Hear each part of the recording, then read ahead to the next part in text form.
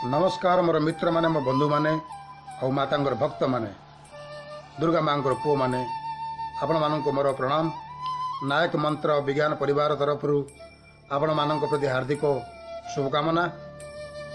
मित्र माने आमे आज दुर्गा सप्तशती पाठर सप्तम अध्याय माता चरित्र विषय आलोचना करिबा।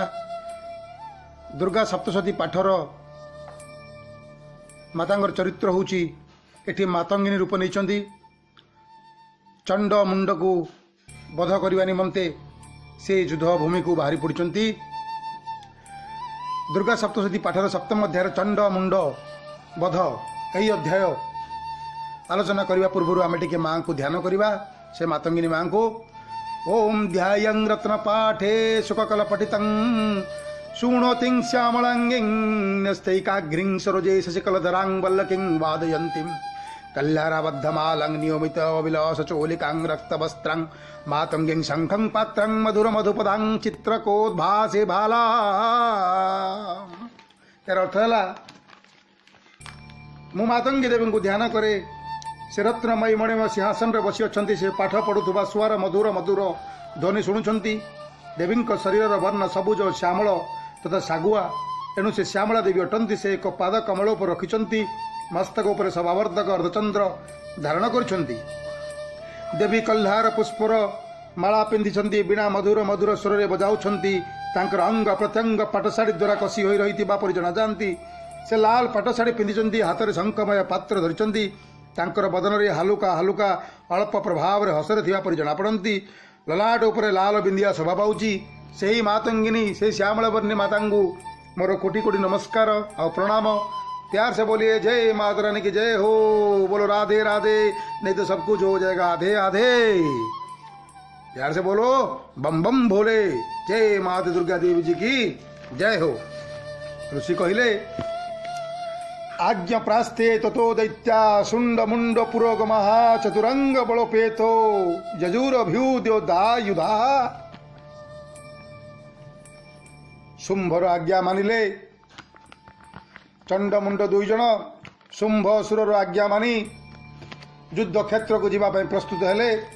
चंड मुंड विशाल चतुरंगिणी सेनाबाहिनी धरी रण क्षेत्र को अग्रसर हेले।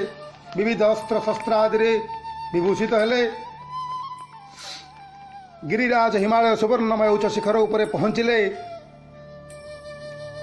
भ्रुकुटी कुटिलात शललाट फलका धूर्तम कालिकराल वदन विनिष्क्रांतासी पासिनी विचित्र खट्वांगधर नरमला विभूषणा द्वीपी चर्म परिधान साथी भैरव।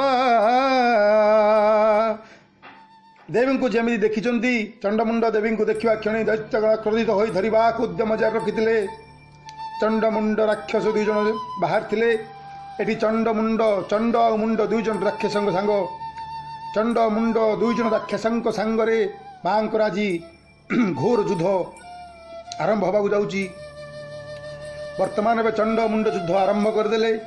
किए धनु धरी देवी आड़ को माड़ी आसला तो किए खड्ग धरी माड़ी आसला।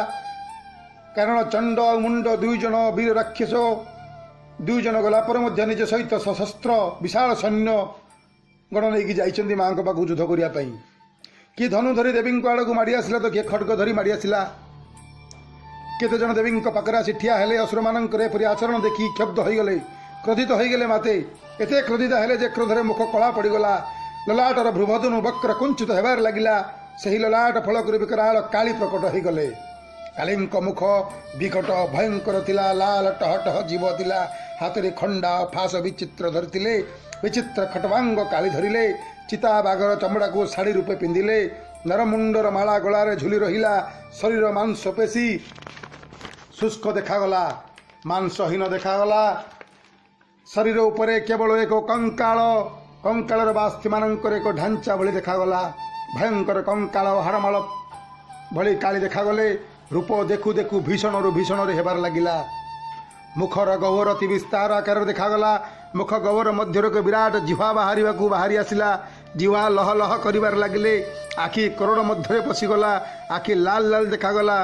देवी रूप बेलू बेल अति भयंकर विकराल और भीतिप्रद है। भयंकर गर्जन करिबारे लागिले। माता काली दांत कटमट कले, शरीर क्रोधरे काली कंपी उठिला। दिग दिगंतर काली ही रूप को देखी भयर थरथर थरथर हेले। काली बड़ बड़ दैत्यगण को बध करिबारे लागी पड़िले। दैत्य सेना भीषण बेगरे माँ कालिका माड़ी आसिले। दैत्य मान माड़ी बसिले। राक्षस मान गोटे पर गोटे भक्षण कर चलिए। माता काली पार्श्व थिबा राक्षस अंकुशधारी दैत्य जोधागण घंटा धरी हाथी आदि हाथ में धरी मुह भितर पकाई देउथिले। एही प्रकार घोड़ा रथ सारथी रथी सैनिक मानंको पाटी रे पकाई माँ कालिके बड़ भयंकर भाव रे कड़मड़ कड़मड़ कड़मड़ कड़मड़ कर चोबाई चोबाई देउथिले। काहारी केश को धरी घोषाड़ी घोषाड़ी टाणी टाणी मारी देउथिले। काहाकू पादरे चकुड़ी मारी देउथिले। काहाकू तंटी चिपी मारी देउथिले। काहाकू पादरे दली चकुड़ी मारी देउथिले।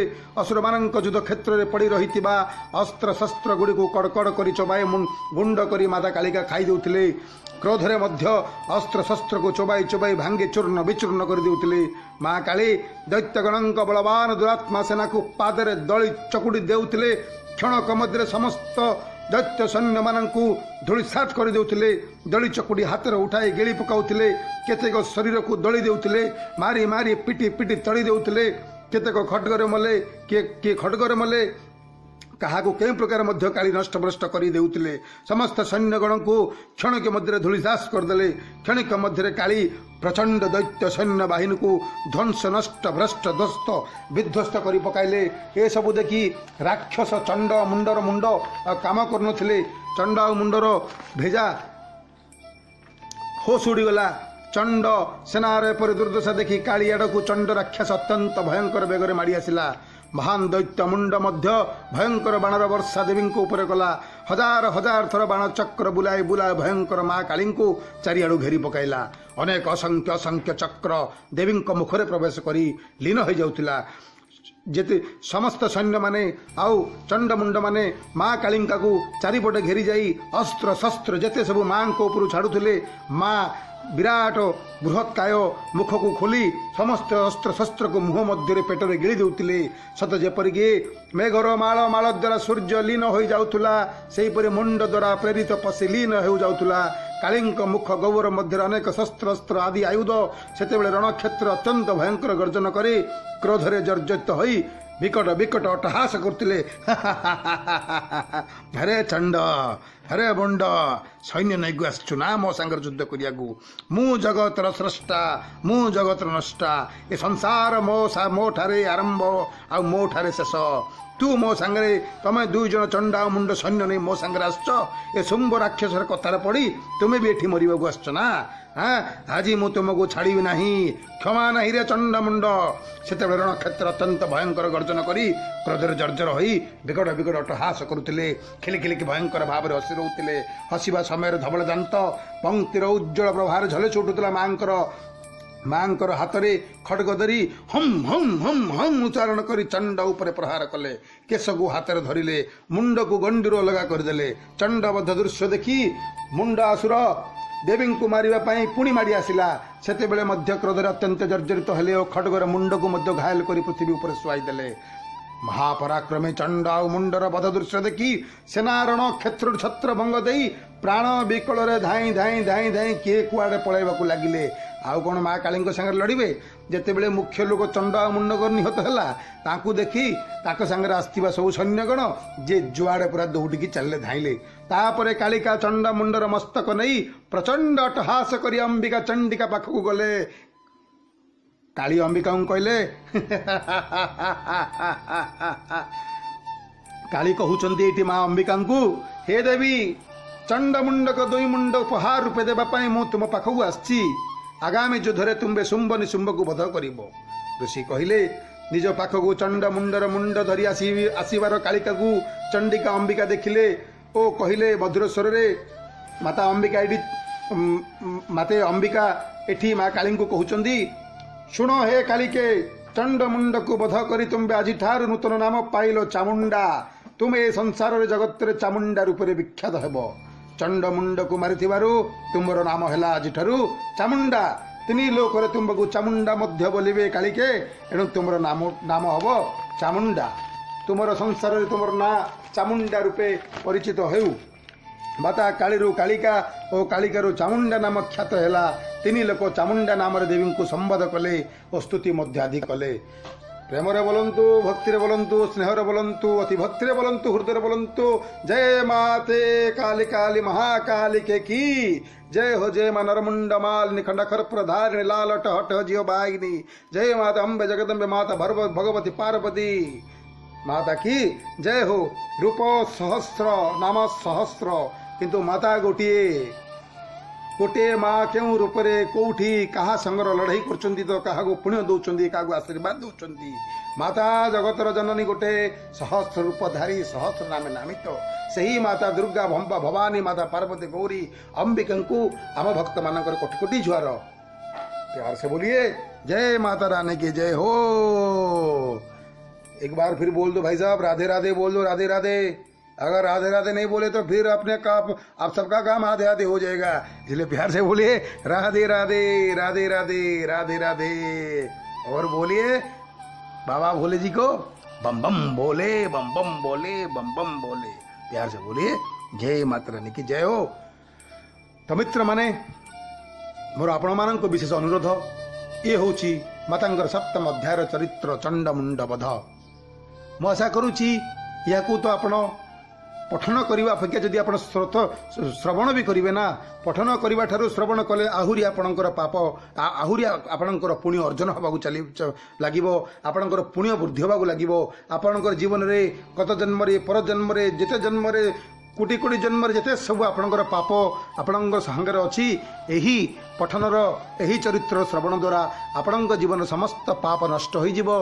देखिए आपण यही या सप्तशती दुर्गा सप्तशती पाठर 13 चरित्र 13 अध्याय आपण प्रतिदिन जदि गोटे चरित्र पाठन कर घर बाहर थे देखिए माँ केते आशीर्वाद आपण ऊपर आपण मते कहे मेसेज द्वारा कहे एक सत कि नहीं।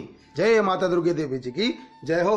आ गोटे अनुरोध मोर ये वीडियो को नुआ नुआ ज्ञान पाइबापी आपण मैंने प्लीज लाइक करंतु, शेयर करंतु, कमेंट्स दियंतु, सब्सक्राइब कर दियंतु, एते सब्सक्राइब करंतु, एते कम शेयर करंतु जे समस्त पाखरे पहुँचू मातांकर चरित्र जेते जन पाखरे माँकर चरित्र पहुँचबो, जेते जन ये पठन करेंगे श्रवण करेंगे देखिए आपण मानकर कल्याण आशीर्वाद मृत्यु पर्यंत लगी रहिबो।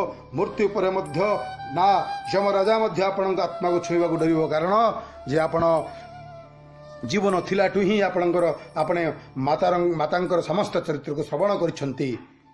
प्रेमर कहतु, भक्ति कहतु जय माँ कालिके की जय हो। जय माँ दुर्गे सिंह वाहिनी नरमुंड मालिनार नमस्ते नमस्ते नमस्ते नमस्ते नमो नमः। एथर मोर मित्र माने नायक भाई को विदाय दियंतु। पुणी मु आगामी आनिबी दुर्गा सप्तशती पाठर भाग 8 भागर चरित्र उपरे। से पर्यंत आपण आमर चैनल को प्लीज सब्सक्राइब करंतु। प्रेमर कहतु जय माता रानी की जय हो।